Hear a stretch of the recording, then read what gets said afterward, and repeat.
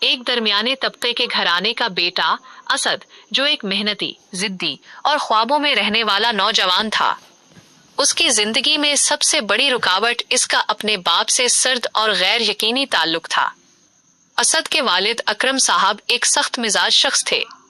ان کی خواہش تھی کہ اسد فیملی بزنس سنبھالے اور ان کے نقش قدم پر چلے، جبکہ اسد کے خواب اس سے بالکل مختلف تھے۔ وہ اپنی زندگی اپنے طریقے سے گزارنا چاہتا تھا۔ یہی وجہ تھی کہ باپ اور بیٹے میں ہمیشہ کشمکش رہتی تھی۔ شروعات۔ ایک دن اسد کی ماں نے آنکھوں میں آنسو بھر کر کہا، بیٹا، باپ سے ناراضگی اچھی نہیں ہوتی۔ تمہارے ابا سخت ضرور ہیں، مگر ان کا دل بہت نرم ہے۔ اگر تم اپنی زندگی میں آگے بڑھنا چاہتے ہو تو ان کا ساتھ لے کر بڑھو، تنہا نہیں۔ ماں کی یہ بات اسد کے دل کو چھو گئی۔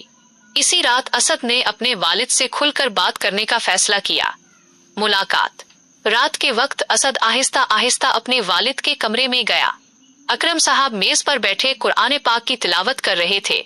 اسد کچھ دیر دروازے پر ہی کھڑا رہا۔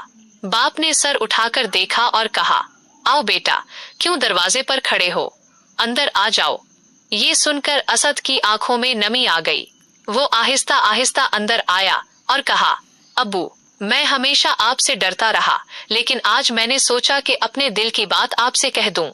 اکرم صاحب نے قرآن بند کیا اور اسد کی طرف دیکھا۔ کہو بیٹا، کیا کہنا چاہتے ہو؟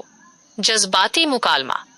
اسد کی آنکھوں سے آنسو بہنے لگے اور وہ بولا، ابو، میں نے ہمیشہ چاہا کہ آپ میری کامیابی پر فخر کریں، لیکن مجھے لگا کہ آپ کو مجھ پر یقین ہی نہیں ہے۔ آپ چاہتے ہیں کہ میں بزنس سنبھالوں، مگر میں اپنے خواب پورے کرنا چاہتا ہوں۔ ابو، مجھے آپ کی ڈانٹ نہیں، آپ کی دعا اور آپ کا اعتماد چاہیے۔ اکرم صاحب کے چہرے پر سختی کم ہونے لگی۔ وہ کرسی سے اٹھے اور آہستہ آہستہ اسد کے قریب آئے۔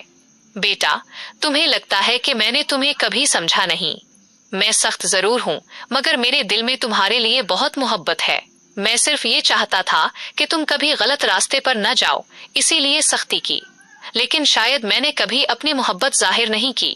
یہ سن کر اسد رو پڑا اور باپ کے گلے لگ گیا۔